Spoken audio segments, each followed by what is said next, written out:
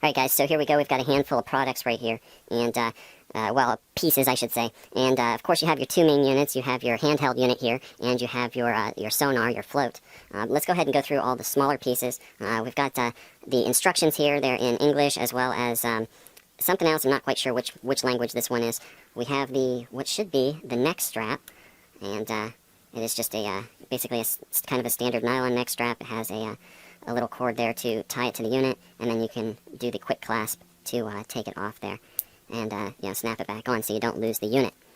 We have the charger, which uses a micro USB, so of course, for many phones that's what you use. You can of course use this, or you can use maybe your phone charger to charge it, and that goes not only with the handheld unit but also with the float there, with the sonar.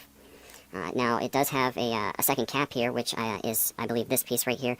That is for, I think, and that's where the buttons and everything are. So we would take a look, and underneath here, once we get to looking at it, I'm sure that's what that's for. But you have a second one that's clear, so maybe you can see whatever's going on inside there. They did give us two different chargers. They did give us a wall charger, a standard US wall charger, as well as a car charger, and it's a very low-profile USB car charger. Now, something else they did give us was these little snaps here. They do have a simple little snap there, and they have this little kind of, it's a little bit different than a standard ring would be. It has yellow on one side and black on the other. I don't know if that's something specific. It doesn't really turn, but if you're just fishing a line through there, the line's just going to pivot around inside of there anyhow. And then, of course, there is the float and the handheld again. Take a look at the float here. We'll unscrew the top, and it does have a water seal there. The top right there is easy to get on and off. It has kind of that screwdriver kind of slot there that is big enough for something like a quarter or some type of coin to be able to get in there and pull that out. There is, looks like there's a couple of LEDs inside there, as well as, looks like the white piece would be the USB cover. And then we got two other little plastic things here. Oh, buttons. And I'm guessing, okay, well, it looks like this one is the one maybe for it to be turned on, as it has that flashing blue light there. So, there's that one, and then, what's the other one do? Oh, and there we go. Then you have the LEDs at the bottom. Now, these LEDs, they do help to see where the float is if you are fishing at night, but also this is supposed to be kind of a fish attractant. Now, it does have these two little like probe things like right here, and that's what I believe they are probes. This is supposed to tell you the water temperature, though I don't know how accurate it was. The one thing I did notice on the site is that people did complain that it wasn't really great on the water temperature as to figuring out how warm it was. They had problems where if it was in the sun or something like that, it would register really, really high. So, it's definitely something to take into consideration. Also, as I understand, it's only going to measure basically surface temperature. And then we've got the handheld unit. Now, the handheld unit, of course, has a few little things to it. It does have the little lanyard loop right there at the bottom. There's also the little rubber piece that will keep your Bluetooth connection there from getting wet. And, of course, that is where you charge it from. You then have a opening at the top for a connector, and there is a corded version of this, if I remember correctly, which it actually goes deeper than this one. This one goes to, I believe it was 147 feet. Then we've got the little red thing here. Oh, okay. A very, very thin antenna, which is rather interesting. But of course, with this floating around in the water, you're going to want as much signal as possible, because if a wave comes up that's a little bit high, that can block the signal and everything. So that's a nice thing there. And then on the front, it does have the 4 buttons here. It looks like directional buttons, and then a couple of maybe menu or selection buttons of some type. Okay, it looks like the bottom one is the power button, it looks like. There is a startup and a simulation version here. So, of course, startup is going to be what you use when you go to use it out to fish, and the simulation may give you a general idea on what it does.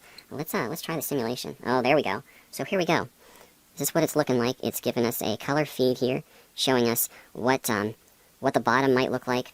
It's telling us the degrees in Fahrenheit, and you can, of course, change that to Celsius. You can see there's some little fish coming across there. So the depth gauge is on the right-hand side here. And a little bit hard to read, but gives you a general idea. Shows you different variations in the bottom. Now the fish here, this is kind of cool, is the fish here, there is a number, and they do have, that number does seem to be kind of the depth that they're at. And also the fish, they have kind of a general size. It looks like there's a small, medium, and large size that kind of shows up on here. Now, of course, this is a very small screen. This is, I think, like a 2.8-inch screen that's on this. So, it's not real big, but for a handheld unit, that's not bad. Now, at the top here, we do have 3 or 4 kind of readouts here. One of them looks kind of like your standard icon for a wireless signal, say like on a cell phone or something like that. You have what looks like it's the voltage meter over here, and it says that it is at 4.2 volts, which I guess is a full charge. So you can sit there and check the voltage and make sure that you've got charge on this and that it'll last. Then we have one over on the side here with an S, and as I understand it, I believe that would probably be the sensitivity meter. The sensitivity meter, of course, you can turn it up or down depending on water depth and what you're looking for. If it's really sensitive, you're probably going to see those small fish really easy, even like the little minnows. If it is less sensitive, you're going to wait until you see a much bigger fish, depending on how far up or down you have it turned. And then I'm sure that's also going to adjust what you see on the bottom there for what the the depth of the bottom, and then maybe what the bottom's made of. I'm sure these colors kind of give you a variation as to what that is.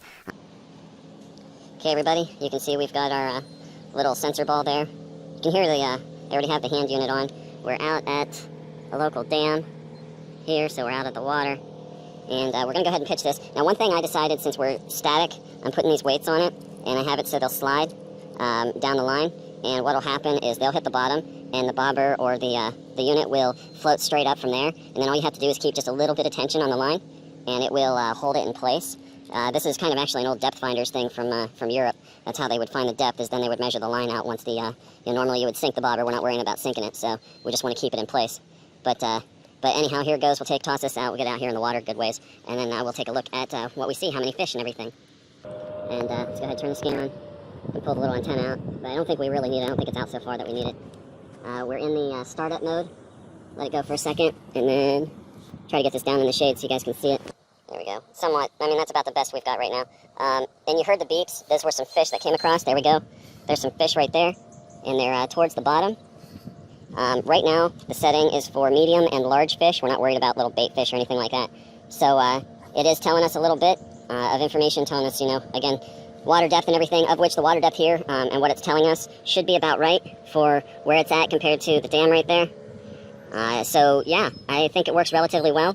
But at least we're getting the fish in there. We're getting the bottom and the depth and everything. So looks like it should be pretty nice.